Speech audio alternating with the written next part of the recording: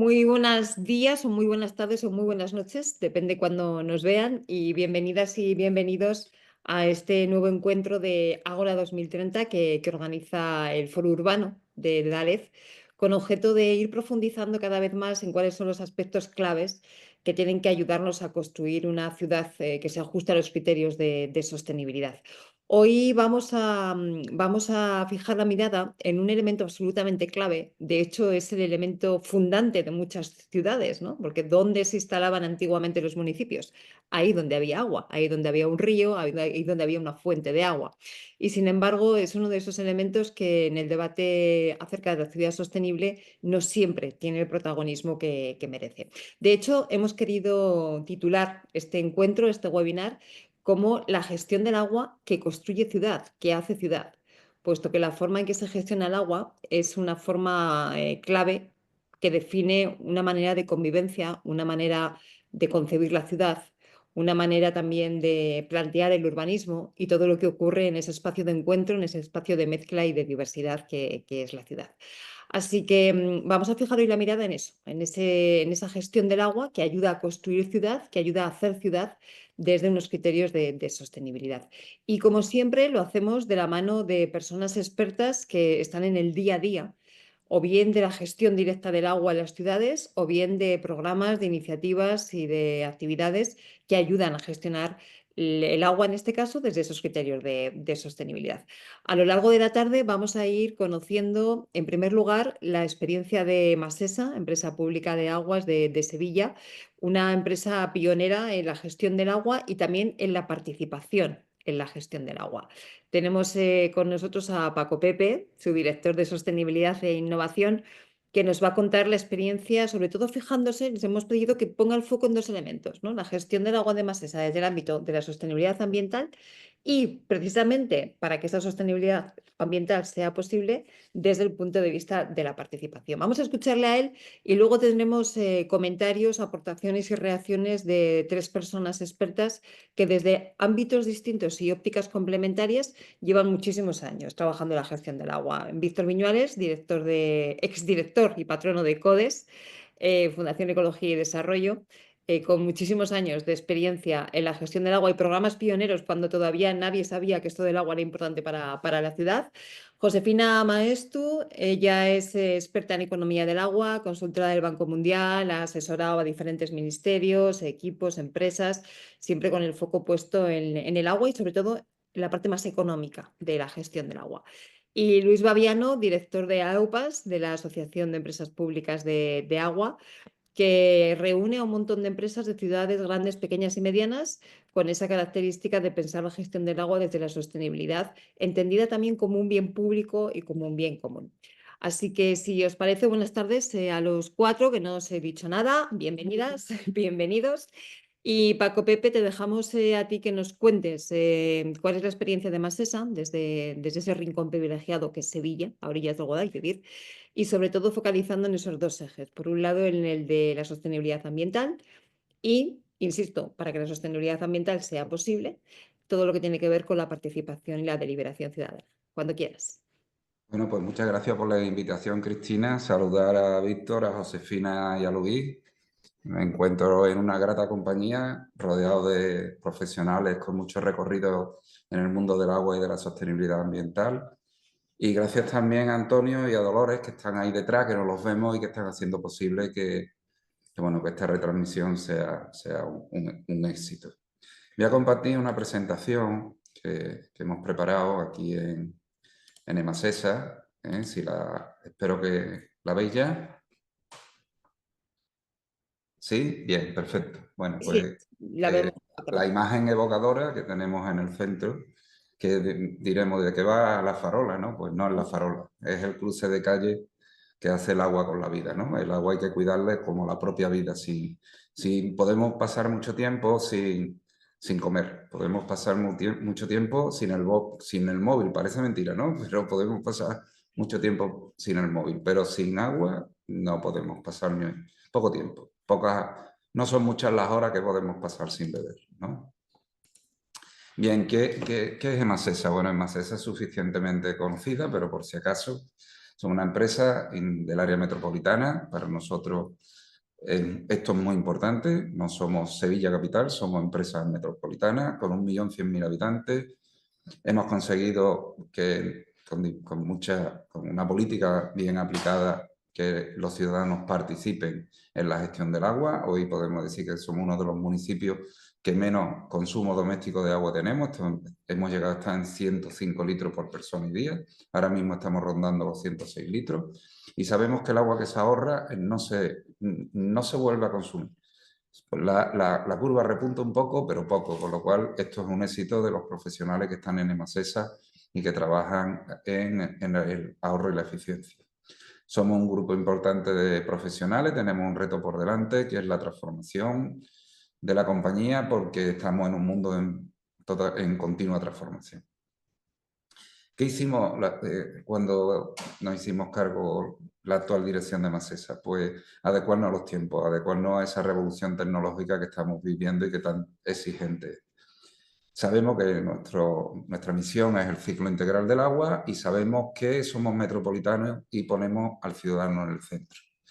Y elegimos cinco pilares que entendemos que son fundamentales para el desarrollo y funcionamiento de una empresa de gestión que rinde cuenta a los ciudadanos, como son la sostenibilidad. Cada vez tenemos una sociedad más exigente y que demanda que seamos más sostenibles. La eficiencia, porque tenemos que administrar bien los recursos, no solo los recursos hídricos, sino los recursos ambientales y los recursos energéticos y los recursos de las personas, el tiempo que dedicamos. La salud, porque al final no podemos olvidar que todo es salud. Un urbanismo verde, unas riberas con biodiversidad ayudarán seguro a la biodiversidad, no solo a la biodiversidad, sino a la salud.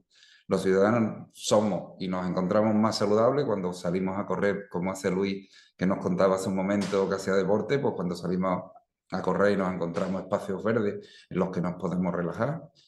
La innovación, sin innovación no somos nadie. Estamos en un mundo en continuo cambio donde hay que hacer cosas distintas si queremos tener resultados distintos, y las personas tanto como ciudadanos como con profesionales. Tenemos que adecuarnos a las nuevas tecnologías que nos exigen muchos cambios y lo más difícil de cambiar es la cultura de las empresas y son los hábitos.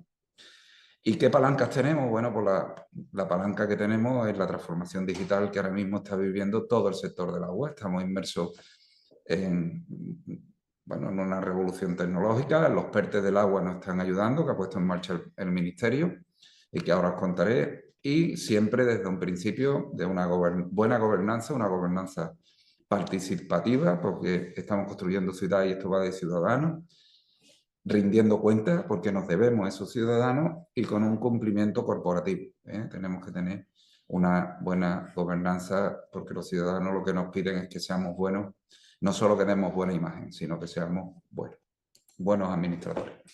Cuando hablamos del ciclo integral, Emasesa trata todo el ciclo integral. Entre sus operaciones tenemos desde la aducción, desde los embalses, hasta el compostaje, el agua regenerada.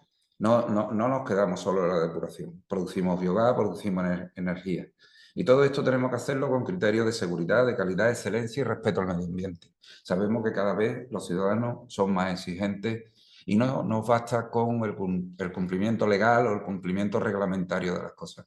Tenemos que dar un paso más y ser medioambientalmente consistentes, o sea, ser sostenibles. Y además tenemos que trabajar en algo muy difícil, que nos cuesta mucho simultanearlo con la aplicación de las tarifas, que es la renovación de activos, mantener nuestras redes modernas. Entre otras cosas, tenemos un reto con la eficiencia energética. Tenemos equipos de bombeo muy antiguos que trabajamos para ir renovándolos continuamente. Bueno, ¿qué podemos destacar de las últimas cosas que ha hecho Emasesa? Bueno, pues hay una cosa de las que nos sentimos muy orgullosos, que es que gracias a la planificación que tuvo esta empresa en los últimos años, hemos superado la peor etapa de sequía que ha vivido Sevilla desde que tenemos registros históricos. Una sequía de 6 años donde hemos llegado a estar dentro de periodos de emergencia, pero no hemos tenido que cortar el agua. ¿Eso se ha hecho solo porque se construyó Melonares? Pues sí, Melonares ha sido muy importante, pero si los sevillanos, si no hubiéramos tenido un objetivo 90, donde más del 40% de la población no es que estuviera consumiendo 105 litros, es que ha llegado a consumir 90 litros, más del 40% de la población, sabiendo bueno, que la OMS dice que hay que consumir algo más de 100 litros para llevar una vida sana y que más del 40% de la ciudadanía sevillana de nuestra área metropolitana pues ha estado consumiendo menos de 90 litros, pues eso lo consideramos un éxito importante. La transformación digital. Bueno, pues en poco tiempo hemos puesto en marcha una revolución dentro de esta casa. Las empresas de agua son empresas muy conservadoras y son empresas muy conservadoras porque hay una cosa que hay que preservar por encima de todo, que es la calidad del agua. Y eso se traslada a la cultura y eso lo hace ser, en cierto modo, un poco inmovilista.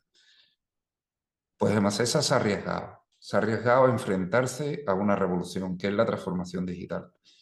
Y hoy podemos decir, ahora lo veremos, que hemos puesto en marcha dos proyectos muy importantes de transformación digital, de implementación de muchos equipos en la calle de medición, porque lo que no se mide no se controla. ¿Para qué? Para tener un mejor conocimiento de la red, para ahorrar agua, para ahorrar energía y para ser más eficientes. Colaboramos porque, entre otras cosas, le servimos agua a Garafesa. Nosotros, es verdad que damos servicio a 1.100.000 habitantes, pero damos agua bruta a 1.400.000 habitantes. Y no solo eso, sino que tenemos acuerdos de colaboración con otras empresas de agua, como puede ser el Huesna.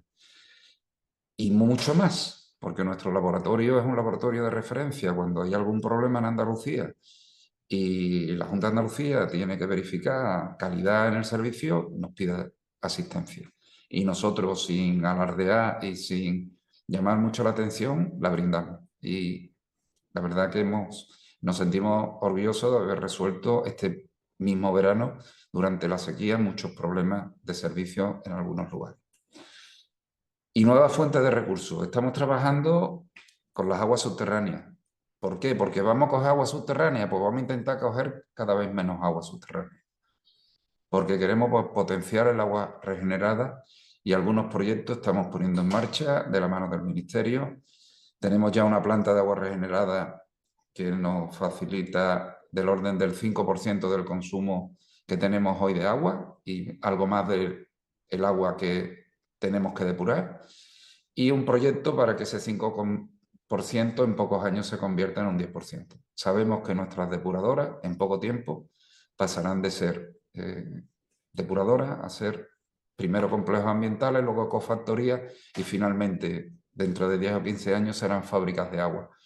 Yo no sería visionario si no dijera que el agua pasará de ser agua depurada a ser agua regenerada para devolverlo al medio en situaciones similares a las que captamos dentro de la misma cuenca y preservamos el agua que tenemos en nuestros acuíferos para otros usos.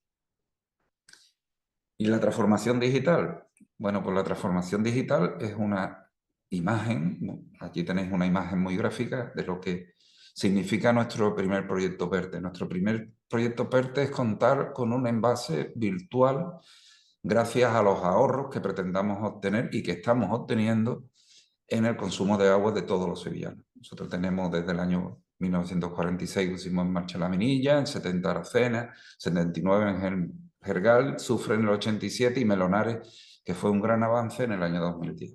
Pero en el año 2025 hemos construido un embalse virtual que se llama Proyecto Embalse Digital 5.0, que es nuestro primer proyecto PERTE. Y con eso pretendemos obtener una eficiencia del orden del 20% y un embalse similar al del Jergal, con una capacidad de ese orden de magnitud. Con lo cual, Emasesa ya no tiene 5 embalses, tiene 6. ¿Y qué proyectos, hablando de los proyectos, qué otros proyectos tenemos? Bueno, tenemos el embalse 5.0, como he dicho, un proyecto de casi 15 millones de euros que tuvimos una magnífica puntuación del Ministerio y una subvención de casi 7.600.000 euros, que afecta a todo el ciclo integral, que tiene del orden de 46 actuaciones, de las que fueron subvencionadas 43. Y luego tenemos un segundo proyecto más centrado en todos los temas de depuración. Es casi un demostrativo de la aplicación del nuevo Real Decreto de Vertidos al Dominio Público y Hidráulico 665/23, que afecta a toda la red de saneamiento que se concentra en el área del Copero. Nosotros, Sevilla acabará teniendo dos grandes depuradoras, una de Ranilla, que afecta a la vertiente este, y una enorme depuradora, que será Copero, que se convertirá, que ya hoy es una ecofactoría, en la cual se concentran los vertidos ya de la zona norte y próximamente los de Tablada y finalmente los que propiamente son de la cuenca sur. Con lo cual, en Copero no solo depuramos agua, estamos tratando una gran parte de las aguas residuales de Sevilla. Tratamos con sustrato de origen agroalimentario del orden de 120.000 toneladas año. Somos uno de los mayores productores de biogás de la comunidad autónoma andaluza. Producimos la energía que consumimos en este complejo ambiental y además producimos recursos para que recursos agronómicos, como es la última planta de compostaje que se puso en marcha y que va a dar solución prácticamente a la totalidad de los lodos de Masesa. Bien, y este es el conjunto de los dos PERTE. Aquí nos podemos perder un poquito en las líneas y en lo que hacemos, pero resumiendo un poco, Masesa tenía un elevado control de sus operaciones a través de los telemandos. Esos son operaciones de cantidad. Arrancamos y paramos equipo desde una sala de control. Ahora hemos dado un paso más y hemos introducido sensores de calidad.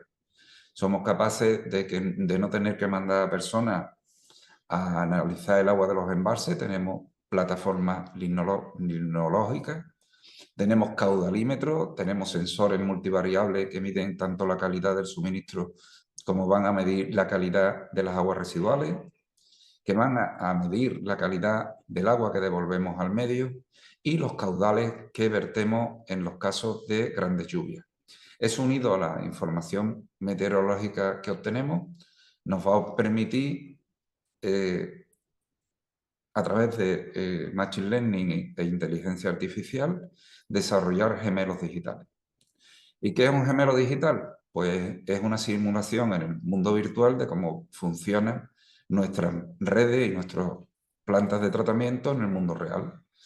Podemos simular cosas que no han pasado, y hace poco han pasado cosas muy violentas en nuestra geografía nacional que han dado lugar a grandes daños. Podríamos simular lo que ha pasado en los Barrancos del Pollo. ¿Por qué? Porque vamos a tener un elevado conocimiento de nuestra red, no el Barranco del Pollo, pero sí lo que va a pasar en nuestra red de saneamiento, de lo que puede pasar en nuestra red de abastecimiento y de lo que puede pasar en nuestras plantas depuradoras o ecofactorías. Eso nos permite adelantarnos a situaciones que se nos pueden presentar en el futuro, controlar mejor la sequía, controlar mejor las inundaciones que se nos puedan producir. Y una cosa muy importante, el lago de datos no solo está para eso, sino está para que el ciudadano se gestione, porque estamos construyendo ciudad. Y la ciudad la construimos gracias a los ciudadanos. Y los ciudadanos los hemos convertido en gestores del agua de la ciudad de Sevilla. ¿Por qué? Porque ya un 80%, casi un 80% de la población tiene telelectura, tiene contadores que nos mandan, todos esos contadores, una señal al día con 24 señales horarias, hora por hora. Y eso lo ponemos en una app y se lo metemos en el bolsillo, en un móvil, a todos los ciudadanos. Y los ciudadanos no solo pueden saber el consumo que tienen y a la hora que lo consumen el agua, sino que si no se van de casa, saben si tienen una avería, una pérdida o una ocupación. Si hay una persona, como bien sabe Luis, pues está impedida y se ha caído en casa, lo podemos saber porque no está consumiendo agua. Y no está consumiendo agua durante mucho tiempo. Y es una forma de ver que puede haber un problema.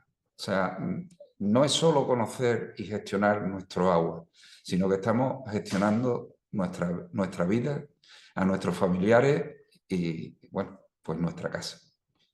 Creo que es un gran avance y creo que esto forma parte de ese bajo consumo que estamos obteniendo en el uso de ese recurso tan escaso, porque no podemos olvidar que Sevilla es una zona de emergencia climática, de ese buen uso que tenemos que hacer del agua.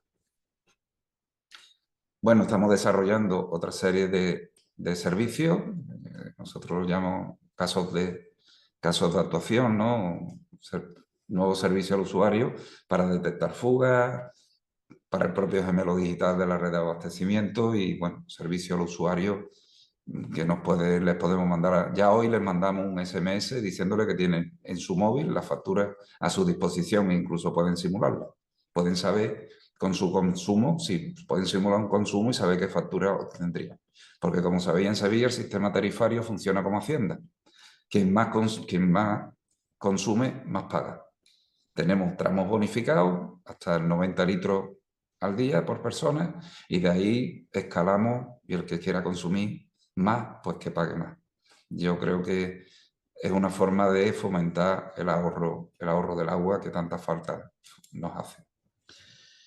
Bien, un paso más y es que con tantos datos que hacemos, ¿cómo controlamos? Teníamos 6 escadas. Los escadas, digamos que lo que nos permite es controlar el buen uso del agua, tanto suministrada como de saneamiento de la ciudad. Pero teníamos 6 escadas, teníamos muchos centros de control. Esos centros de control los hemos unificado y ahora todos beben, nunca mejor dicho, del lago de datos. Todos beben no solo de los datos que están en ese lago de datos, sino de los resultados que obtenemos a través de simulación. De forma que ante un error y a través de la inteligencia artificial a medio plazo, podamos tener respuestas que hoy ni siquiera podemos imaginar de las bases de datos que obtenemos. Bueno, y otro aspecto muy importante del que nos sentimos especialmente orgullosos en Emasesa es de que el año pasado, por ejemplo, nos autoproducimos el 65% de la energía que consumimos. Para que nos hagamos una idea, Emasesa consume tanta energía como todo el municipio de La Rinconada, un municipio que puede tener cerca más de 35.000 habitantes, entre 35.000 habitantes y 40.000 habitantes de hecho, pues nosotros consumimos tanta energía como todos esos municipios juntos. Pero es que producimos tanta energía como el municipio de Mairena del Arco, que también pertenece al área metropolitana, al igual que La Rinconada, que tiene casi 30.000 habitantes. Y estamos además produciendo energía de forma diversificada y toda ella sostenible. Producimos cada vez más energía fotovoltaica, que bueno, depende del sol. Nosotros consumimos energía a las 24 horas, pero la fotovoltaica solo nos aporta energía cuando tenemos sol. Hidráulica, una parte muy importante, tenemos una participación, como veis ahí, una potencia instalada en energía hidráulica muy grande, es donde más potencia instalada tenemos, pero solo podemos producir cuando tenemos agua, que es cuando llueve, y no podemos olvidar que nosotros el agua no podemos verterla más allá de los caudales ecológicos que se nos permite para que nuestros ríos sigan vivos. Mientras tanto, tenemos que reservar el agua en el embalse para que viva y beba toda el agua metropolitana de Sevilla. Entonces, ¿de dónde sacamos el gran porcentaje de la energía? Pues de la cogeneración. Producimos biogás a través de los lodos concentrados, de las aguas residuales y de los cosustratos que nos aportan pues, esos residuos de origen agronómico o agroindustrial que traemos de fuera. Si no tuviéramos el recurso agua para producir electricidad, porque la fotovoltaica a día de hoy es pequeñita, no llega al 5% de la energía que producimos, estaríamos por encima del 40%. Y en nuestras depuradoras estarían hoy produciéndose prácticamente toda la energía que producen. Estaríamos por encima del 80% de la energía que consumimos en nuestro centro de tratamiento de depuración de agua. Esto yo creo que es fácil de contar, pero muy difícil de hacer. Y es gracias al gran equipo de profesionales que trabajan en toda el área metropolitana de Sevilla. Nosotros le decimos a aquellos ayuntamientos donde tenemos depuradoras que no le llevamos el residuo. Le llevamos hoy por hoy una fuente de energía que son nuestros complejos ambientales, que son nuestras depuradoras, y en el futuro les decimos que le llevamos una fábrica de agua, que es algo que nos va a permitir a medio y largo plazo que nuestras ciudades sean amigables y sostenibles porque serán verdes. Porque sin agua aún serán sintéticas, pero verdes naturales no serán. Bueno, y en la nueva planta del Carambolo sabemos que el agua cada vez es un recurso escaso y que cada vez nos llega en peor calidad. Cuando nuestros embalses reducen capacidad, pues pierden contenido en oxígeno, las aguas pierden contenido en oxígeno, se concentran en contaminantes, cuanto más bajamos, el agua está más sucia, nos aporta más materia orgánica, y estamos tomando iniciativas para, durante este periodo, que ya no es de sequía, porque hay que trabajar en los periodos de no sequía para luchar contra la sequía que se nos pueda presentar. Y ya hace pocos días en el Carambolo pusimos nuestra primera piedra para asegurar la calidad y a través del aprovechamiento de esos escasos recursos, la cantidad de agua que necesitan los sevillanos para seguir bebiendo de un recurso natural que es muy escaso. Y otra cosa de lo que nos sentimos muy orgullosos y que esta nueva corporación ha heredado, pero que está potenciando tanto como puede, porque no podemos olvidar el lema de hoy, que es construye ciudad, y para construir ciudad tenemos que escuchar a los ciudadanos, que es el Observatorio del Agua. Es verdad que nos dicen que contamos mucho y que cada vez los ciudadanos quieren más participación. Nosotros la fomentamos. Los ciudadanos participan tanto como pueden o quieren.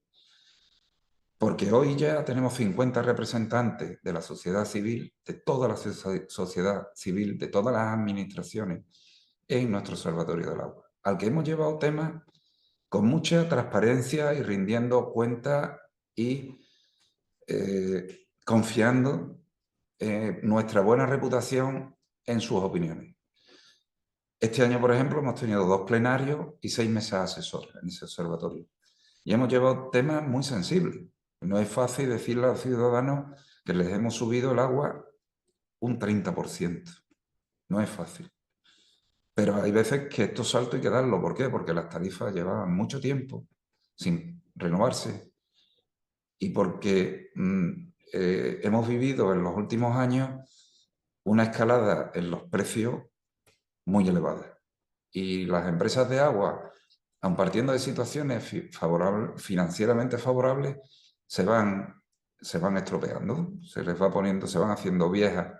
Y hay que meterle savia nueva. Y esa savia, si no es económica, no se renueva. Necesitamos renovar nuestros activos, necesitamos prepararnos para futuras sequías, necesitamos producirnos nuestra energía, introducir transformaciones importantes como las que está viviendo Masesa, que no es solo una transformación digital, es una transformación de las personas. Y todo eso requiere recursos económicos. Y eso se lo tenemos que pedir a los sevillanos. Si queréis tener una empresa fuerte de agua, tenéis que ayudarnos. Y no es precisamente el mayor coste que tiene un ciudadano, el recurso agua. Pero bueno, el esfuerzo al final va sumando de muchas. La vida doméstica cada vez está más complicada y sabemos que le estamos pidiendo un esfuerzo importante y por eso rendimos cuenta a través de estos observatorios del agua. Por eso traemos temas como nuestro plan estratégico, como nuestros proyectos de transformación, que los sometemos a su consideración y esperamos sus opiniones. Y bueno, espero no haberos aburrido en esta pequeña charla que os he trasladado.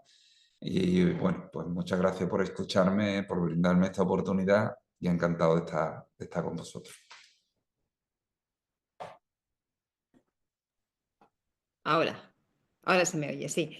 Muchísimas gracias, Paco Pepe, muy ilustrativo, con muchas cosas que contar. Yo creo que habéis dibujado un triángulo, ¿no? Para definir la sostenibilidad, un triángulo que es anticipación, tecnología y ciudadanía, porque hablabas de la sequía del futuro, creo que efectivamente es algo que tiene que tenerse en consideración como tal, de la incorporación de todo lo que tiene que ver con la tecnología para gestionar y para anticiparse, y al mismo tiempo de la importancia de incorporar a la ciudadanía en ese espacio de participación, en ese observatorio que lleváis años trabajando.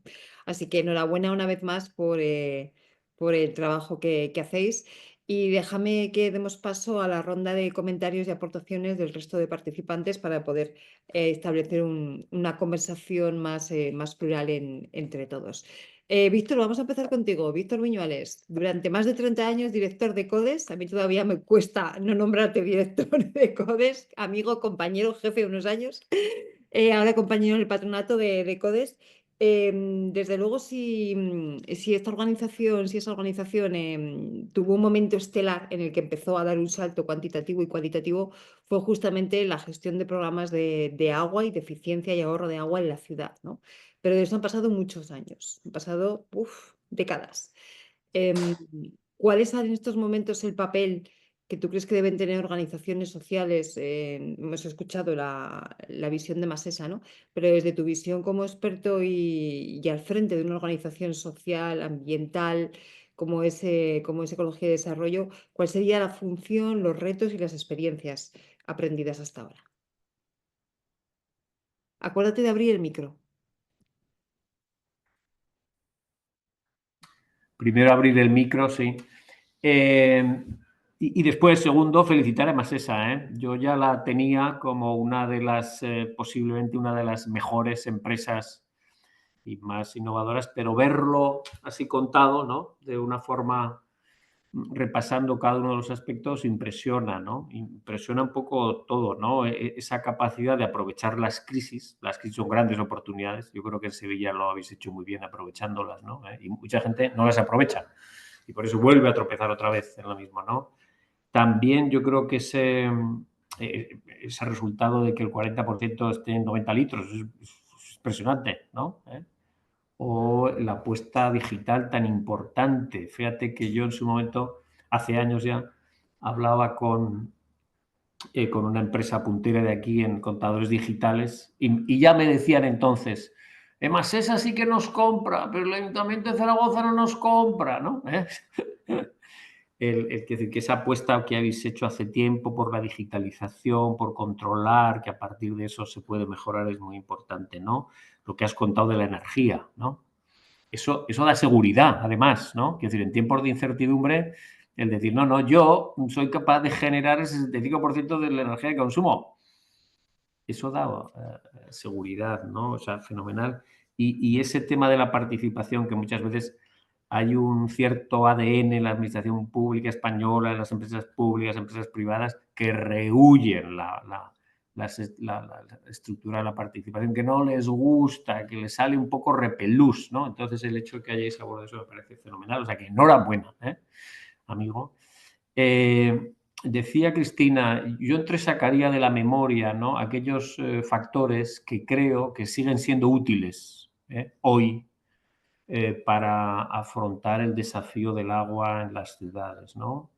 Un factor, una lección aprendida de lo que hicimos es que hay que diseñar un proyecto ciudad, un pacto ciudad, por así decirlo, ¿no? Es decir, un horizonte compartido, ¿no? Es decir, que busquemos, decir, queremos hacer esto, que nuestra ciudad en 5 años, en 10 años, lo que sea, esté en este nivel en la gestión del agua. Esa construcción de ese horizonte compartido creo que es muy importante, ¿eh? Y eso se hizo y yo creo que es algo que yo creo que cualquier ciudad que se plantee en serio trabajar esto tiene que planteárselo, ¿no? Porque, y esa es la otra lección, hay que crear, la segunda lección sería crear una atmósfera cívica, una atmósfera cívica, ¿no?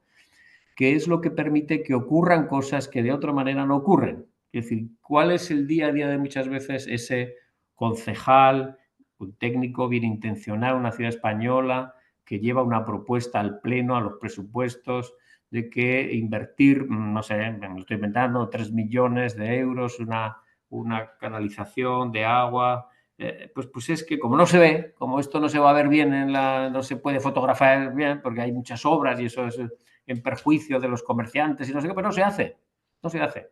Pero si se crea una atmósfera cívica de que esto es importante, de que esto es fundamental, es bueno para la ciudad, pues entonces ese presupuesto sale adelante. Entonces eso también se logró y yo creo que eso es bueno, crear esa atmósfera cívica. 3, hay que trabajar a largo plazo. Esto no va de cortoplacismo, ¿eh?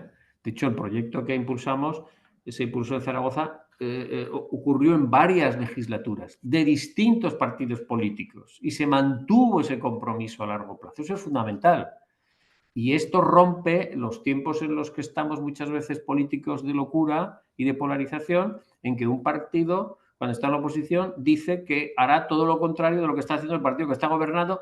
Entonces eso no da ninguna estabilidad, porque es ir caminando en una dirección un tiempo y luego cambiar el rumbo otro tiempo. O sea, yo creo que eso es un error y hay que mantener, y en este tema del agua es crítico, un rumbo a largo plazo, ¿no? 4, yo creo que es muy importante que haya un enfoque sistémico. ¿Qué quiero decir con ese enfoque sistémico? Es que lo que ocurre es el resultado de un círculo vicioso en el que hay varios factores. Las tarifas es un tema muy importante, lo comentaba antes Francisco, ¿no? Es decir, no, es que nosotros castigamos aquel consumo excesivo. Las tarifas tienen que dar una señal muy clara, ¿no? Tiene que haber una normativa que incentive y que penalice, ¿no? La tecnología es muy importante, ¿no? Antes hablaba yo de los contadores digitales, el cambio cultural, ¿no? Y cuando todo esto se hace girar en la misma dirección con ese horizonte compartido es cuando se logran estos éxitos, ¿no? Que contaba en Sevilla y que se logró en Zaragoza también, donde se llegó a prácticamente rondar los 100 litros, ¿no? Quinto, yo creo que es muy importante, y eso yo creo que yo he trabajado años también dentro de la administración pública, en que las administraciones públicas se refrenen, se contengan, ¿no? Y propicien un protagonismo distribuido. No solo tienen que hacerlo los funcionatas todo, y al revés, es mejor que hagan, entre comillas, lo menos posible porque su trabajo sea hacer que se haga. Entonces, en ese sentido, en Zaragoza Ciudad Rodadera de Agua eso se logró, porque entonces los estadios deportivos veían qué podían hacer ellos y se visibilizaba, los hospitales qué podían hacer ellos y se visibilizaba lo que han hecho, las peluquerías, ¿no? Y esto es muy importante, ¿no? Hacer que sea un proyecto de todos y que entonces haya una construcción colaborativa, un protagonismo distribuido, ¿no? El punto sexto, ¿no? Yo creo que hay que practicar proyectos piloto, algunos de los que contaba Francisco José son eso, pero luego escalar, ¿no? Yo recuerdo, por ejemplo, una de las etapas del proyecto era crear más o menos unos 50 ejemplos de buenas prácticas, ¿no? Y luego escalarlos. Uno muy cerquita. En mi calle una peluquería. Trabajamos con esa peluquería para ver qué era eso de utilizar un uso eficiente del agua en la peluquería, que es lavando bien el pelo, por supuesto, ¿no? Sin dejar a nadie con el pelo sucio, ¿no? Y luego después se hizo un pequeño folletillo para distribuir en las 900 peluquerías que había en la ciudad de Zaragoza en ese momento. Bueno, pues hago el proyecto piloto y luego escalo, ¿no? Y luego yo creo que también es muy importante practicar lo que se dice en el objetivo 17 de los ODS, ¿no? Las alianzas, ¿no? Es decir, acabar con la soberbia de yo lo puedo todo, yo lo hago todo, no, pues buscar aliados, buscar acuerdos, ¿no? Y yo creo que también es muy importante, y eso sobre todo lo hicieron en Vitoria, que también colaboramos con el ayuntamiento, que es que antes de lanzar el mensaje a la ciudadanía diciendo ahorra, se plantearon ahorrar en todos los edificios municipales, porque la mejor manera de predicar es con el ejemplo, y eso lo hicieron, ¿no? Y finalmente, con esto acabo, yo creo que en tiempos en los que estamos viviendo, antes hablaba el director de Innovación y Sostenibilidad de Masesa de la sequía de 6 años, es que esto nos va a pasar, le ha pasado a Sevilla, pero nos va a pasar. ¿Y esto qué quiere decir desde mi punto de vista? Que tendríamos que trabajar los pactos entre territorio, mundo rural y ciudad para llevarnos bien como buenos vecinos. Esos pactos territoriales es fundamental, ¿no? Y en los momentos de sequía la gente se incrementa la agresividad y dice, no, el culpable eres tú que eres agricultor, que tienes maíz, no, el culpable eres tú que eres uno que tiene campos de golf, no, el culpable eres tú que eres un derrochador, la industria.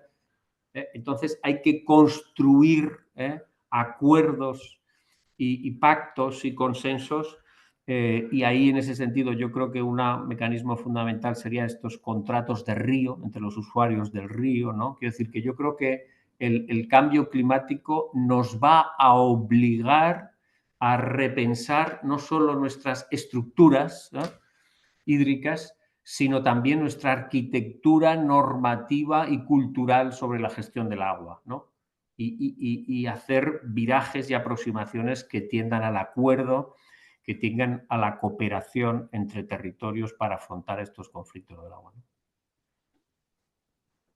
Pues muchísimas gracias, Víctor. Muy claras esas ideas. Supongo que estás compilando las enseñanzas de los años de gestión de proyectos en ECODES con lo que estamos escuchando de Masesa y también todo el conocimiento que vamos atesorando, ¿no?, de forma colectiva entre todos a lo largo de estos tiempos.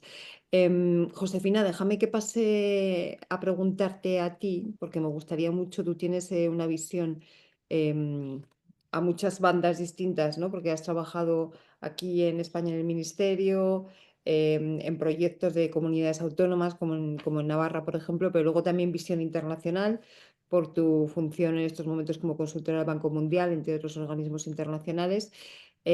Supongo que las experiencias son muchas en muchos sitios, ¿no?, y diversas, pero igual que hacía Víctor, entiendo que tienes también una colección de aprendizajes, ¿no?, de cuestiones aprendidas que pueden servirnos ahora para enriquecer el debate. Pues muchas gracias, encantada, Cristina, y encantada de haber escuchado también a Masesa, ¿eh? Enhorabuena también. Yo estoy de acuerdo con las reflexiones de Víctor, ¿no?, en relación con el papel de la tecnología, el papel de la participación, el papel de la gestión energética, y muy interesante el tener esa visión completa. Así que muchísimas gracias. Yo quizás destacaría dos cosas un poco de lo que he escuchado, de lo que has comentado. Uno, que es la parte esta de cómo la digitalización nos está ayudando a pensar en los escenarios futuros, ¿no? No solamente porque tendemos a gestionar los problemas actuales, pero no a pensar en cómo pueden evolucionar los problemas. Y eso me parece interesantísimo, ¿eh? Porque ni siquiera los actores económicos hacen un ejercicio de prospectiva en relación con los riesgos asociados al cambio climático para las empresas, sino que miran hacia atrás. Entonces, este mirar hacia adelante me parece que es un gran logro y esperamos ansiosos, yo creo, que los resultados de todos esos trabajos. Yo también pienso que quizás de las lecciones que yo me he quedado de lo que has comentado, también un poco la parte del papel de la ciudadanía. Y yo creo que en dos aspectos, no solamente para los ciudadanos, ¿no?, lo que habías comentado de las tarifas, un poco cómo eso ayuda a los ciudadanos, les dais un servicio para que ellos se gestionen mejor, ¿no?, y conozcan mejor lo que hacen, sino también un poco con los ciudadanos, que yo creo que es lo que tendemos a hacer menos, ¿no?, que un poco va esto con lo que ha comentado Víctor de los contratos de río, ¿no?, el ser capaces de decir es que con los ciudadanos son como gestionamos los problemas, ¿no?, y lo que tú comentabas de la disminución del uso del agua durante la sequía, pues obviamente, y ese embalse digital que tenéis gracias a eso, pues me parece pues fundamental. Yo creo que tu charla también un poco da sensación de los límites que tenemos desde el sector del agua para gestionar la pregunta de este seminario, ¿no? Un poco cómo podemos gestionar la ciudad para que nos ayude a gestionar el agua.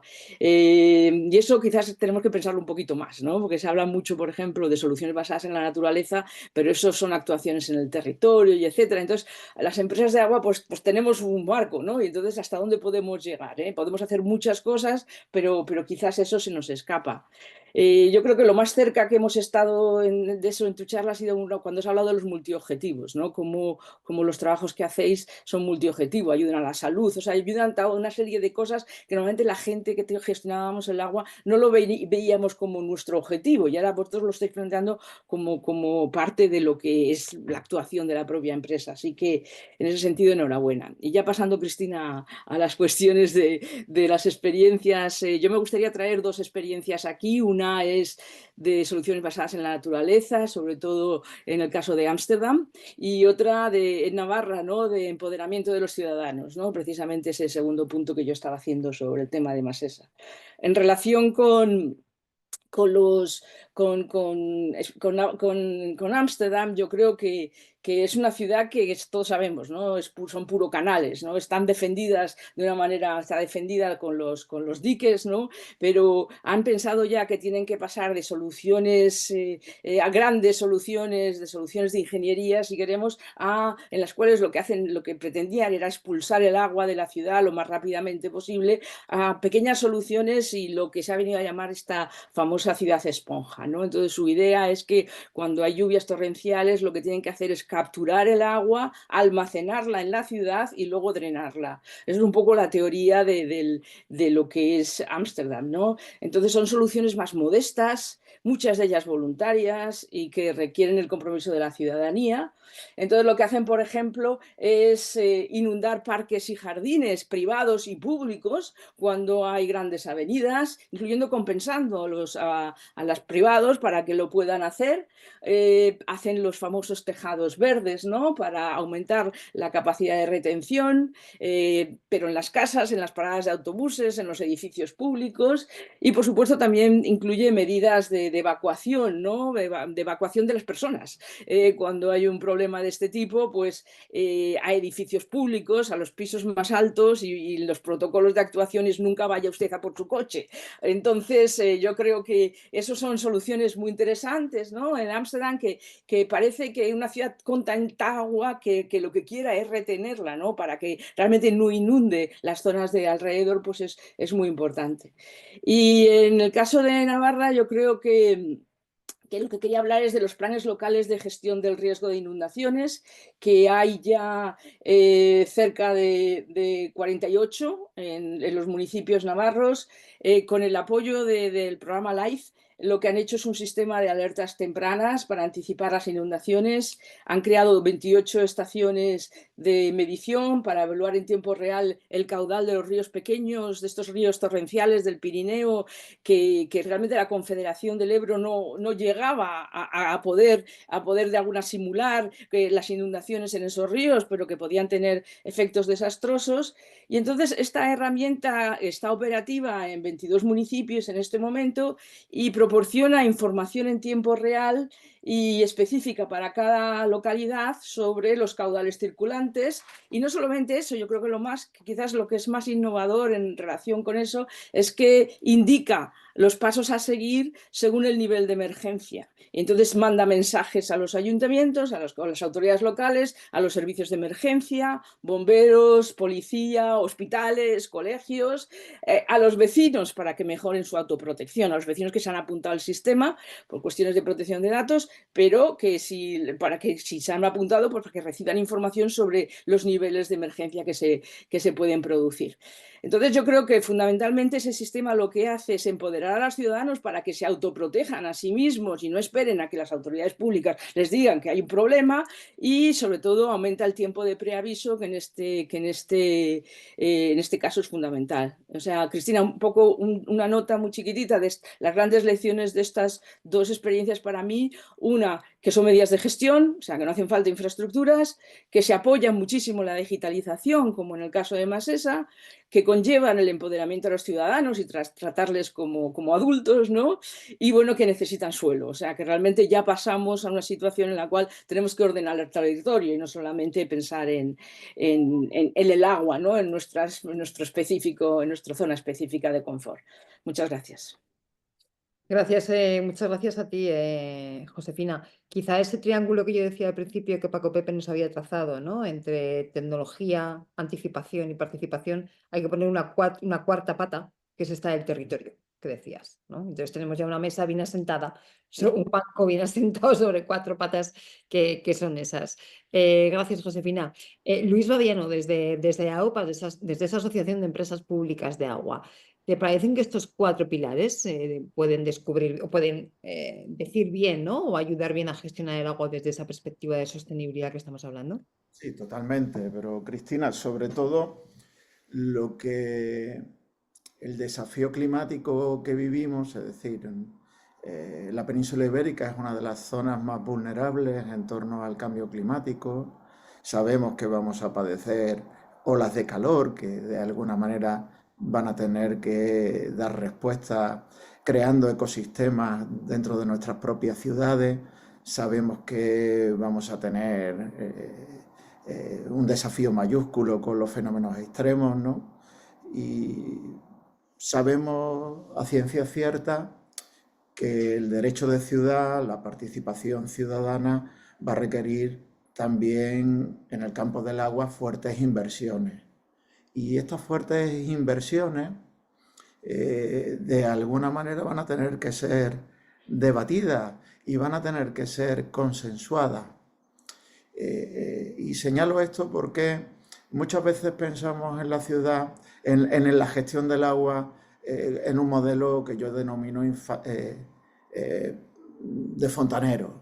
Yo tengo un embalse, no deja de ser un cubo que cojo, lo llevo en una tubería al rendimiento mejor posible, al ciudadano, lo contabilizo y lo devuelvo a la naturaleza, ¿no? Desgraciadamente, la gestión del agua ante el desafío climático va a ser cómo contribuye la gestión del agua a la creación de una ciudad cada vez más, no solo adaptada, sino renaturalizada.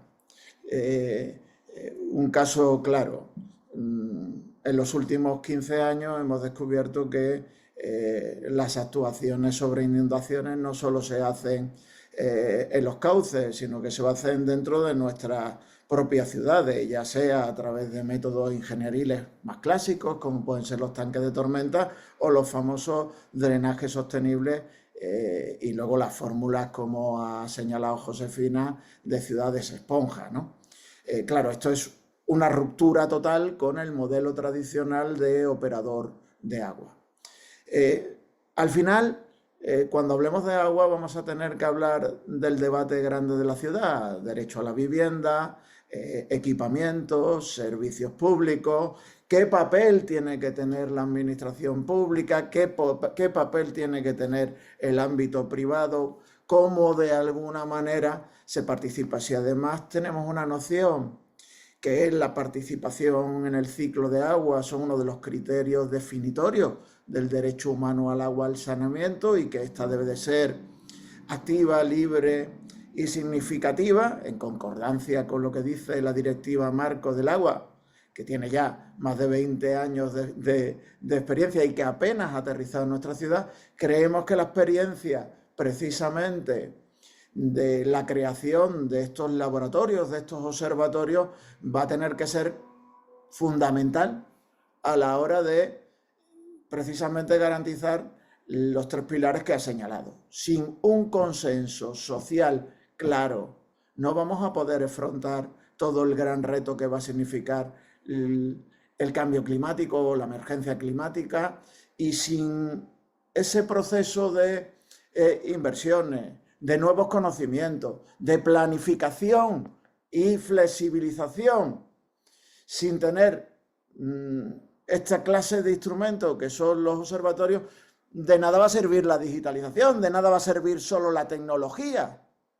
Vamos a necesitar precisamente un gran espacio, un locus de creación de ideas, de creación de cogestión, de creación de coparticipación, de un nuevo modelo que va a requerir del conocimiento y de la actitud de todos los sectores sociales. Y cuando digo todos, digo efectivamente desde los sectores económicos al científico, a los operadores, a los urbanistas, y yo creo que en este momento, por un lado, tenemos un contexto donde realmente en los últimos 15, 20 años se está viendo que las nociones científicas de pluridisciplinaridad están funcionando. Se está viendo que hay alternativas o ejemplos de renaturalización muy importantes en todas las áreas urbanas y de servicios, incluido el agua, necesarios para la construcción de un nuevo modelo de ciudad, pero al mismo tiempo estamos chocando con una simplificación de los debates que apenas crean los consensos. Entonces, la experiencia de Masesa, junto a otro sinfín de operadores públicos, todos públicos, en toda Europa, París, Montpellier, en España, Xàbia, Cádiz, Tarrasa, Girona, todos ese tipo de avanzadillas de locus de consenso van en esta dirección. Esperemos que el simplismo en los debates, que la lucha interesada por determinadas soluciones no nos hagan perder el rumbo que nosotros, que el de la mitigación y la adaptación al cambio climático. Si no lo hacemos, la única política que habrá será la del sufrimiento, porque realmente el elefante de la habitación es el cambio climático. Muchísimas gracias, Luis, clarísimo. Os iba a preguntar si alguno de vosotros tenía algo que reaccionar, algún comentario a las intervenciones anteriores, pero veo que tenemos ya 2 preguntas en el chat. Entonces, si os parece, incorporo las preguntas para que podáis ir comentándolas y en vuestras intervenciones también se pueden incorporar aquellas cuestiones que tengáis que hayan comentado otros compañeros. Ricardo Calderón Martínez pregunta, Víctor, ¿cómo se crea esa atmósfera cívica? Una pregunta fácil. Abre el micro. Está chupado, es una pregunta fácil. Yo creo que lo más importante es crear un grupo de cómplices, porque en nuestro proyecto al final participaron pues igual 250 entidades de la ciudad, ¿no?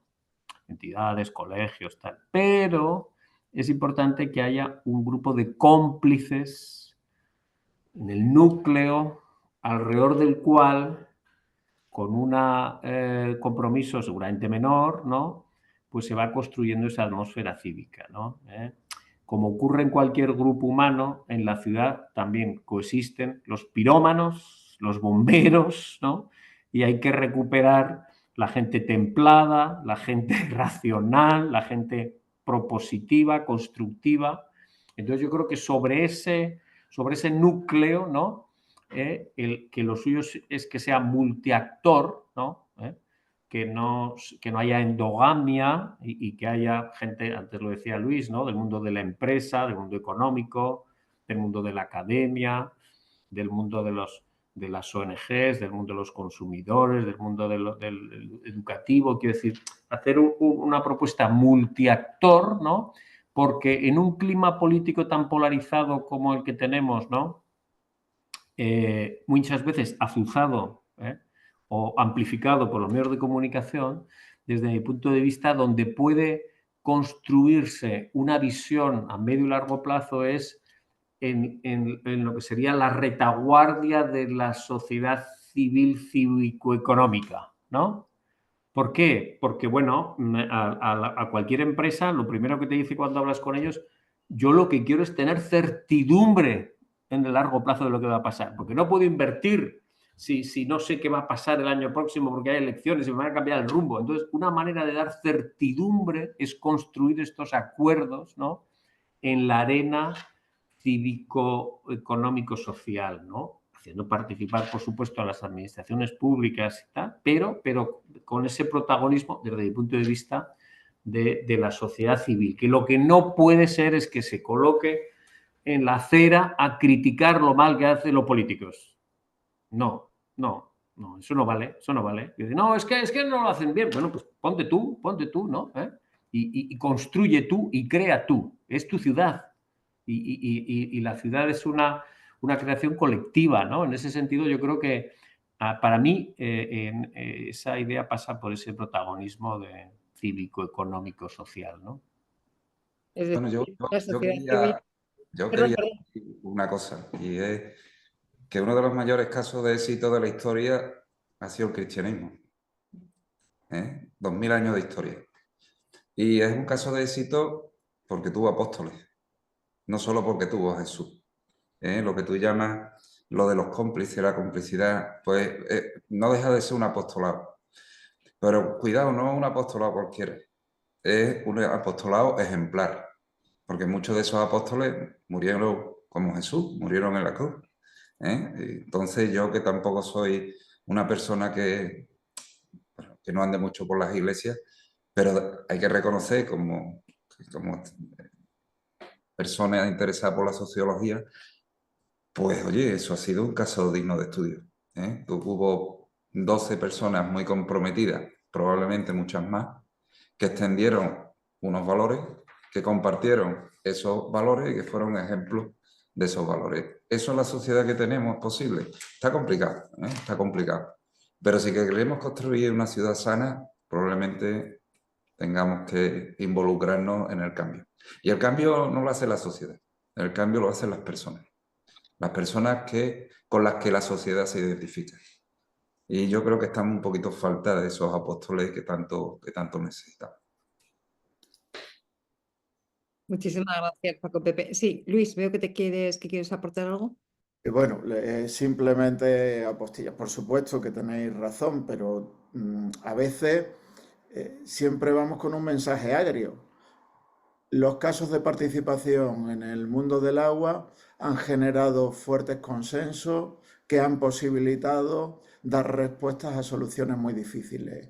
El tema de Masesa es claro, es decir, cuando se hacen las cosas de manera rigurosa, cuando se dota al operador con profesionales en participación, cuando el operador va de manera transparente a realizar un consenso sobre determinadas cuestiones, pues se crea un plan de sequía participado que permite gestionar un episodio como el que se ha vivido durante 6 años con grandes éxitos y donde el ciudadano apenas ha vivido el impacto.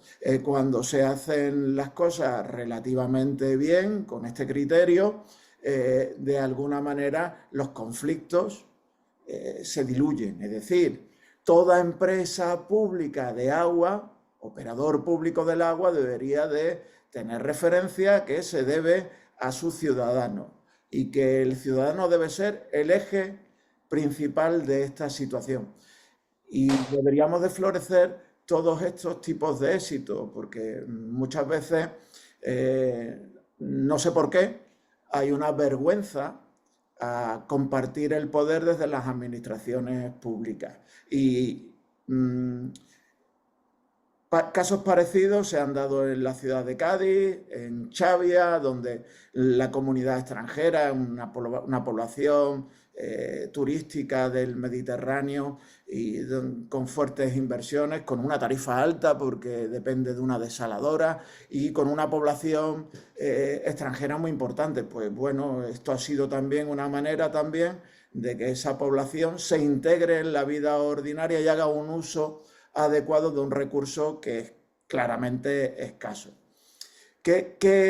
¿Por qué fracasan muchas de estas iniciativas? Una, porque no perduran en el tiempo, es decir, los dirigentes políticos tienen luces cortas y el partidismo les obliga, o sea, ellos se sienten obligados a solo defender a lo suyo y a sus redes de creación de su legado político obtuso, de luces cortas. Fracasa porque se cree que esto solo es un movimiento de legitimidad y no de co-creación, y fracasa porque de alguna manera al ciudadano no se le transmite a través de una pedagogía adecuada con profesionales volcados en esta tarea, la necesidad precisamente de que una gestión en un contexto de desafío climático como el que vivimos no va a poder tener éxito si no se tiene una política planificada a lo largo del tiempo, inversionista a lo largo del tiempo, y que sin duda va a tener que tener, por un lado, soluciones plurales, soluciones creativas y, por otro lado, sacrificios económicos. Hay que decir la verdad. Los efectos de mitigación y adaptación a la nueva situación climática van a requerir, pues, también sacrificio.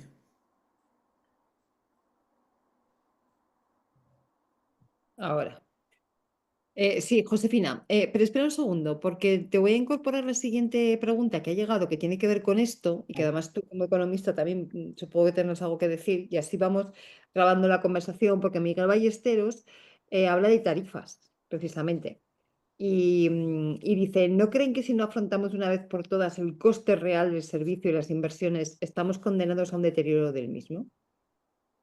Todo tuyo. Bueno, voy a empezar un poco también un poco interactuando con la conversación anterior. Esto, em, Luis hablaba de que el elefante en la habitación es el cambio climático, ¿no? Acababa así su presentación. Yo creo que el elefante en la habitación, y yo creo que Paco Pepe lo ha puesto clarísimamente, es que es la dificultad de los cambios. O sea, tú has hecho referencia varias veces, ¿no, Francisco, a cómo las dificultades desde dentro, cómo hay que hacer mucha pedagogía interior y etcétera. Y yo casi, es que, o sea, estamos hablando de soluciones diferentes, ¿eh? Estamos hablando de soluciones basadas en la naturaleza, soluciones con los ciudadanos, estamos hablando de soluciones no impuestas, ¿eh? Lo estaba hablando diciendo Víctor y lo estaba haciendo Luis, ¿no? Estamos hablando de soluciones transparentes, estamos hablando de un protagonismo mayor de los ciudadanos, ¿no, Víctor? De que no se queden en la acera, ¿no? Así que estamos hablando de cambios importantísimos, ¿no? Entonces, ¿qué es lo que...? Esa es la dificultad. Y la dificultad, pues estamos, lo que decíais vosotros, ¿no? Hay intereses en que todo se mantenga como está. Por ejemplo, incluso cosas como ahora se está pensando en que hay que gestionar conjuntamente las sequías y las inundaciones. Y mirar vosotros que tenemos planes de inundaciones y planes de sequía. O sea, nuestro propio sistema no está haciendo ese tipo de... Entonces, tenemos una inercia, tenemos una falta en la administración. En la administración tenemos muchísimas inercias porque tenemos un marco regulatorio que nos dice lo que tenemos que hacer, nuestras responsabilidades, nuestras competencias, y no es solamente que quiera o no quiera el funcionario de turno, Víctor. Es que realmente pues tú funcionas, estás ahí para hacer cumplir la ley. Esa es tu función. Tú hablabas de que también fueran animadores, ¿no? De una serie de procesos, pero en realidad nosotros estamos ahí para, igual las empresas públicas de agua, pues están allí con sus funciones. Entonces yo creo que ahí hay que, los apóstoles están muy bien, Paco, yo creo que sí, pero sobre todo de ese cambio, ¿no? Pero que estamos en una situación muy difícil y ese proceso de cambio complicado. Con respecto a las tarifas, pues ¿qué quieres que te diga? Yo me he pasado toda mi vida, ¿no? Argumentando que realmente las tarifas no son solamente un medio para poder financiar adecuadamente los servicios públicos, sino que también son un instrumento precisamente para no hacer tonterías. O sea, son un instrumento porque una vez que tienes que cobrar a los ciudadanos y tienes que trasladarlos a la tarifa, pues tú ya no haces, o sea, tú cuando haces una inversión o haces una actuación, comparas alternativas para el mismo objetivo. Entonces tú ya no haces inversiones porque como son gratis o están subvencionadas, porque que la dificultad es encontrar inversiones adecuadas, sino más bien te lo piensas, cómo le puedes dar un servicio al ciudadano de diferentes maneras. O sea, yo creo que lo que ayuda precisamente el que haya tarifas que reflejen los costes de los servicios es que podamos pensar que a lo mejor hay opciones de gestión que estamos viendo aquí, opciones incluso de digitalización, de control del agua, de reducción de los consumos, que son muchísimo más efectivas desde el punto de vista de los costes que hacer una nueva infraestructura. Pero si no tenemos ese instrumento y ese instrumento no funciona, pues seguimos haciendo cosas que a lo mejor desde el punto de vista propiamente económico no tienen ningún sentido. Así que, pues sí, yo creo que obviamente es un... Seguro que Luis tiene más opiniones que yo sobre eso, pero realmente es muy complicado, porque normalmente se convierte en algo muy político, que a pesar de que lo que pagamos por el agua es muy reducido en relación con lo que pagamos con otros servicios, sigue siendo un elemento muy difícil de cambiar desde el punto de vista de los decisores políticos. Yo sobre las tarifas y sobre el tema de los apóstoles que tú decías, Josefina, los apóstoles hicieron mucha pedagogía. Y si algo tenemos que hacer los que vivimos de esto es hacer pedagogía. Porque ¿cuánto vale el metro cúbico de agua en una ciudad bonificado, De los que están en 90 litros, ¿cuánto les cuesta el metro cúbico? En Sevilla 2 euros. 2 euros. ¿Cuánto vale un palet de botellas de agua envasada? Pues no menos de 350 euros. Porque una botella de 1 litro, litro y medio, pues puede costar 0,35 euros la botella. Y si te pones en un palé que viene a tener unas dimensiones de 1 metro por 1 metro por 1 metro, pues son 1 metro cúbico. O sea que estamos hablando de 350 euros por el agua embotellada. Pero eso estamos hablando de agua embotellada.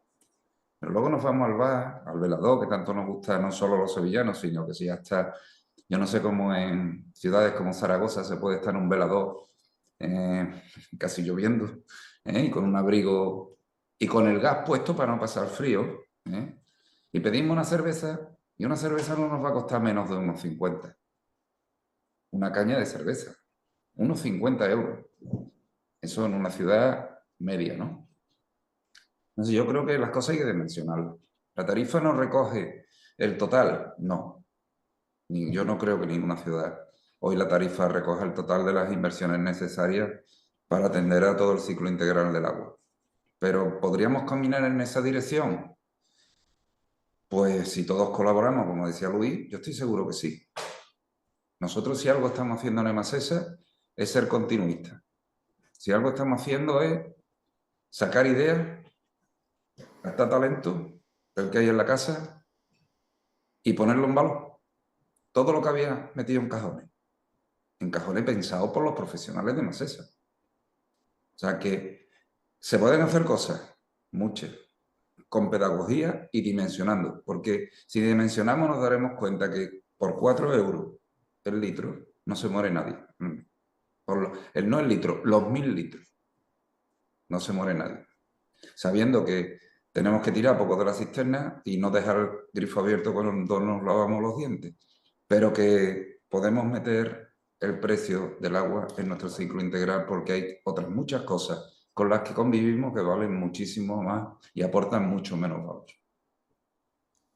Olvidar los criterios de progresividad, sociales, etcétera, etcétera, Por etcétera. supuesto. También Escalas, sabéis ahí. que todas las empresas de agua, hoy por hoy, aplicamos criterios sociales a los sectores más desfavorecidos. Cristina, Decías, ay, perdón, sí, Luis.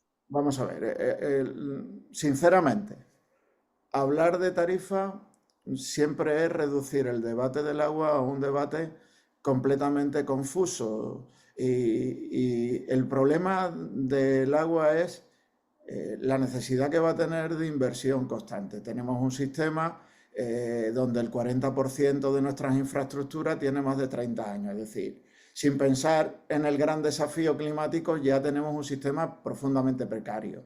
Pero además tenemos un problema gordísimo, no en las ciudades, sino en aquellas poblaciones menores de 40.000, 30.000 habitantes, donde se sostienen a veces pérdidas en los sistemas de un 60% o hasta un 60%, con lo que eso significa no solo perder agua, sino también costes energéticos, inputs químicos, operacionales, etcétera, etcétera. Estamos ante una verdadera crisis hídrica. En esta crisis hídrica, la tarifa indudablemente es un instrumento. Vuelvo a señalar, un instrumento. Cuando tú eres capaz de tener unos costes claros, una transparencia clara, una planificación de lo que vas a hacer, no en el aquí y en ahora, sino en los próximos 5, 10 años, y un sistema de financiación para cubrir eso, tú vas a tener ahí una estrategia de tarifa que necesita el consenso ciudadano para que eso pase, no en el aquí y en el ahora, sino a lo largo de todas las metas que fije ese plan. ¿Qué pasa realmente? Que ese plan en la mayoría de los sitios no existe.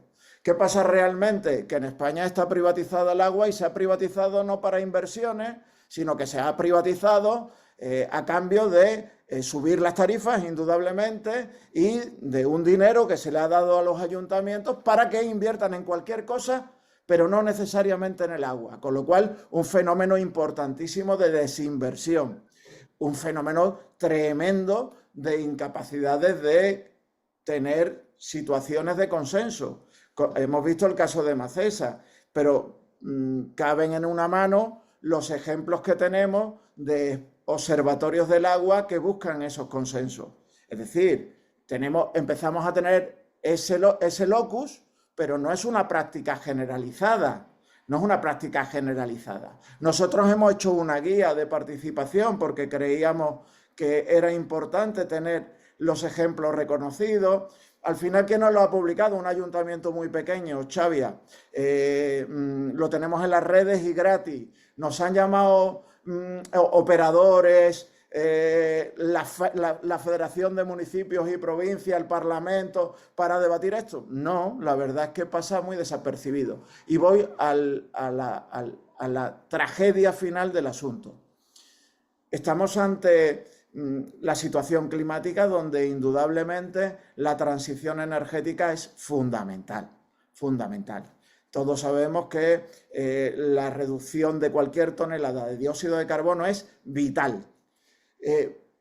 Se han hecho importantes políticas de transición energética, a veces con éxito y otros con menos. Se han subvencionado desde comunidades energéticas a numerosos proyectos en el mundo del agua que tienen que ver con esa transición, pero también a particulares con coches eléctricos. Sin embargo, el vector del sufrimiento más inmediato, que es el vector del agua, apenas ha recibido políticas de estímulo. La transición hídrica en Europa, desgraciadamente, no solo en España, es muy reducida. Es más, tenemos ahora una magnífica oportunidad que tanto el Parlamento como la Comisión están debatiendo una estrategia de resiliencia hídrica y creo que en ningún discurso, ya sea mediático, ya sea social, ya sea político, apenas se habla de esto en ninguno de los espacios. Si realmente queremos afrontar el desafío del cambio climático, tenemos que tener claro que la variable acuática, que la transición hídrica debería de ser una de las prioridades en la agenda política, económica y social. Creo que queda claro y que también queda claro que el tema de las tarifas levanta pasiones, como no podría ser de otra manera. Ya sabía yo que en cuanto tocáramos este tema, el tiempo transcurriría muy rápido. Dejadme que os plantee otra cuestión que decía Miguel en el chat, y con esto os pediría también una reflexión un poco general para ir cerrando, pero Miguel le pregunta por una cuestión muy concreta y muy práctica, ¿no? Y que es el PERTE de digitalización del agua, famoso PERTE de digitalización del agua. Pide una opinión general. Dice, ¿será algo extraordinario por los Next Generation o ha venido para quedarse? Y dice, son pocos los agraciados con financiación de ese PERTE de digitalización del ciclo integral del agua, entre los cuales está Emasesa, que aprovecha él y aprovechamos todos para felicitaros. Y dice, pero muchas las necesidades, ¿no? Entonces, tenemos que entender que este PERTE, Josefina, tú lo conoces bien por tu parte más de ámbito internacional, Paco Pepe, tú lo estás gestionando. Víctor, desde CODE se ha pedido siempre que los PERTES tuvieran una parte importante de comunicación, concienciación, sensibilización, que en este caso ahí está. Luis, también estáis muy metidos en este tema. Si queréis aprovechar para hacer una opinión sobre este instrumento tan importante que es el PERTE y redondear un poco cuestiones que hayan podido quedar. ¿Quién empieza? No hay por qué seguir un turno establecido, ¿eh? Pues si Hombre, quieres comento yo. Bueno. Bueno, Paco. No, Josefina, perdón.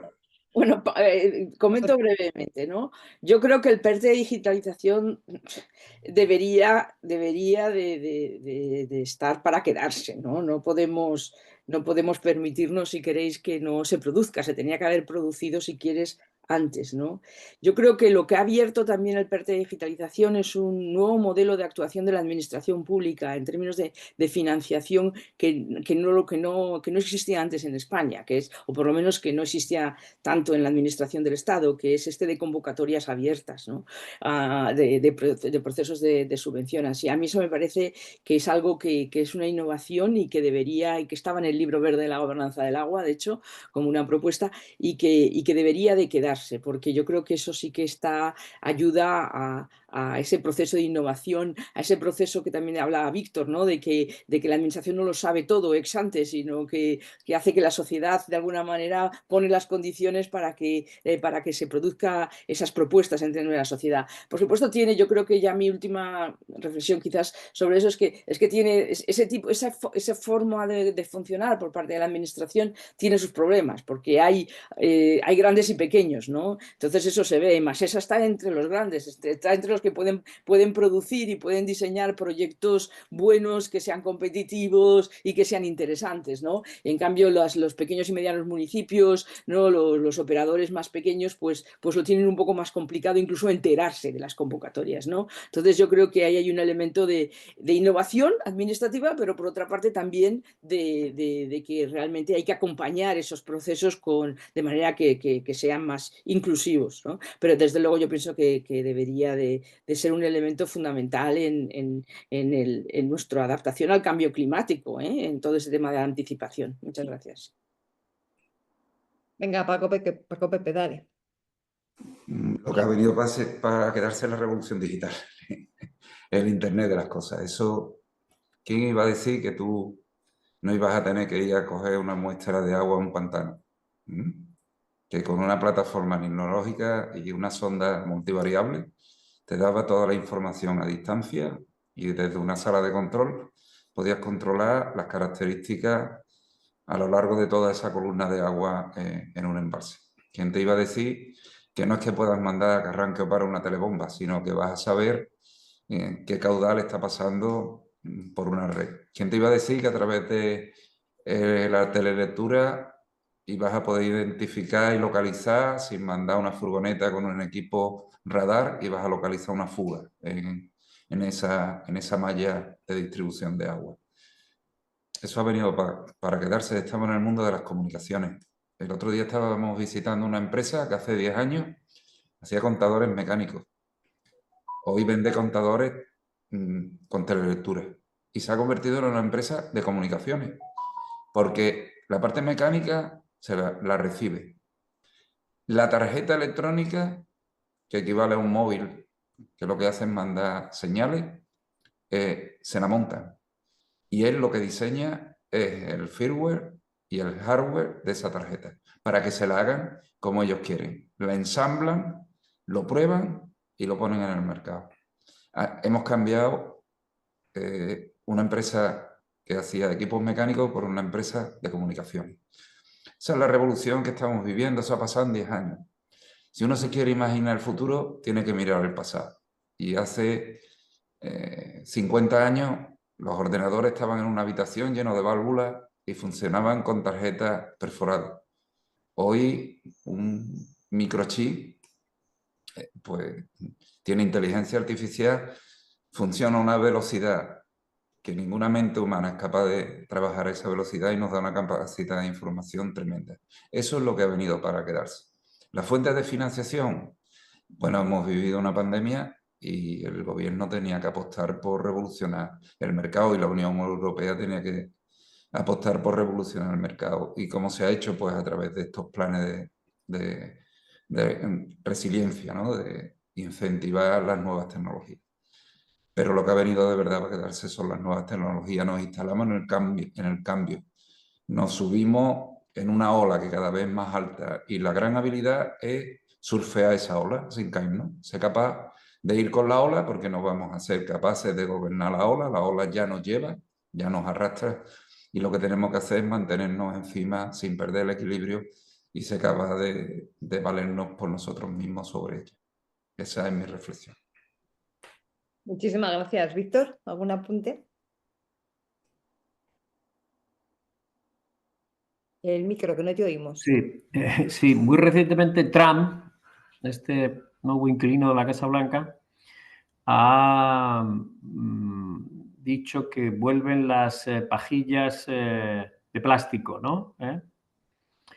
Muy pocos días antes, pero muy pocos días, leía una información científica que decía que hoy ya nuestro cerebro se compone de 99,5% de lo propio del cerebro y un 0,5% de plásticos, ¿no? De nanoplásticos.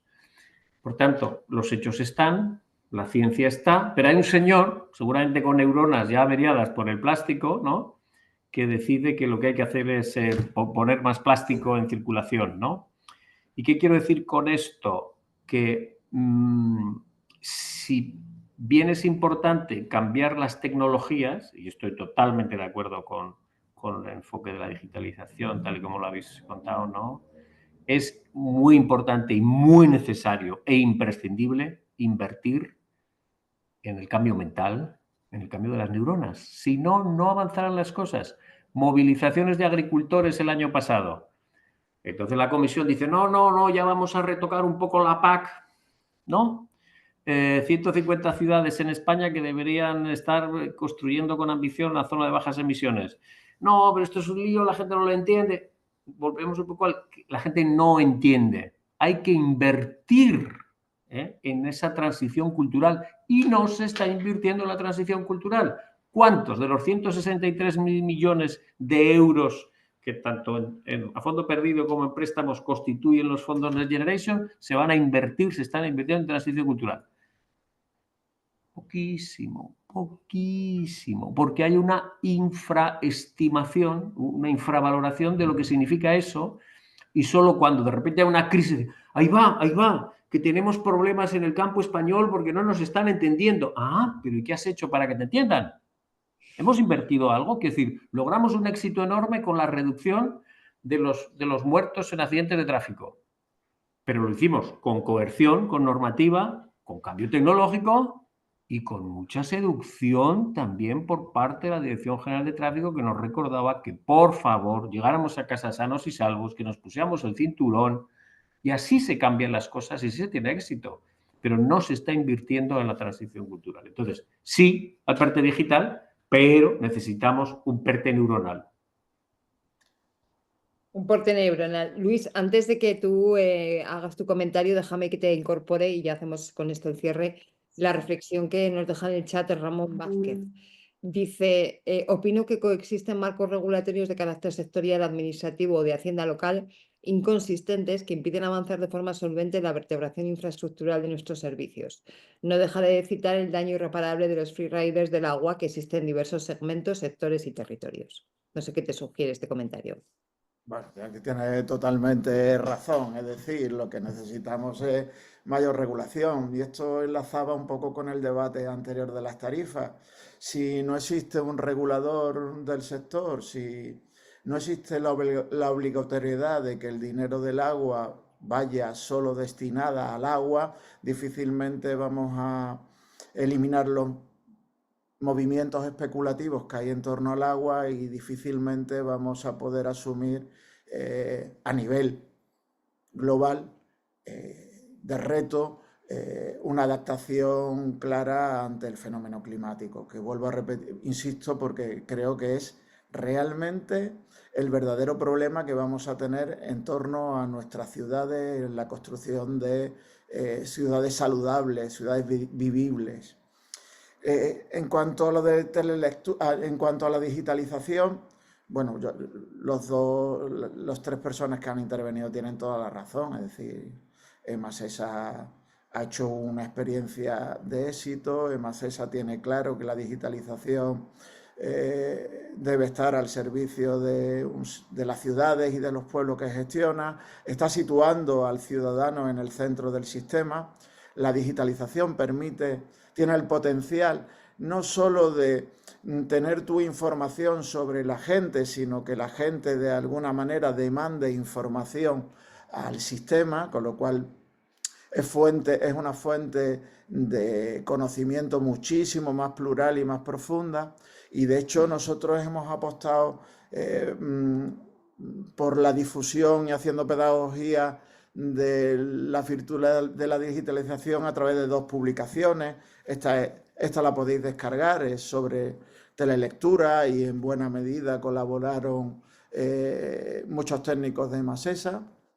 Y esta, que tiene una vertiente muy social, nos acaban de dar un premio la Junta de Andalucía por ella, es sobre cómo de alguna manera los grupos vulnerables, en este caso fundamentalmente de la órbita rural, se pueden beneficiar de la digitalización del agua.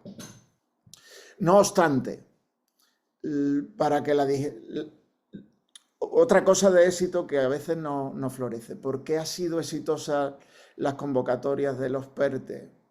O relativamente exitosa. Bueno, porque el gobierno ha tenido la humildad de sentarse con todos los sectores sociales y consensuar de alguna manera cuáles eran las demandas, los retos, los desafíos, y más o menos, pese a toda la burocratización que tiene cualquier convocatoria, pues se ha sabido amoldar a esta sinergia, a esta unión de diferentes intereses y de diferentes ópticas, con un resultado que yo creo que es bastante beneficioso. ¿Qué significa esto en el tiempo? Pues como dice el compañero de Masesa, esto está aquí para quedarse, y lo que tenemos que ver es cómo esto está aquí para quedarse, no solo en sistemas muy eficaces como el de Masesa, sino que sea una práctica generalizada en todos los pueblos y en todas las ciudades de España. Y para ello, pues, vuelvo a insistir, el agua tiene que aparecer como en la agenda político, económica y social como uno de los grandes retos, cosa que hasta ahora no está. Bueno, pues hasta ahora no está, pero esperemos que con este seminario y con lo que habéis aportado hayamos ayudado, ¿no? a que esté. Muchísimas gracias a las personas que nos habéis estado siguiendo durante este rato. Muchísimas gracias a Dalez por seguir convocándonos en estas ágoras. Y gracias Víctor Viñuales, Luis Baviano, Josefina Maestu, Paco Pérez Rodríguez, Paco Pérez Juan Rodríguez, ¿no? Gracias por vuestras aportaciones, vuestras experiencias, y como siempre, este encuentro se queda grabado y alojado en la página web de Dalez para que se pueda ir visitando cada vez que sea necesario. Así que si alguien se lo ha perdido o si queréis repasar alguna de las cosas que se han comentado, no tenéis más que entrar en la página web y volver a verlo desde ahí.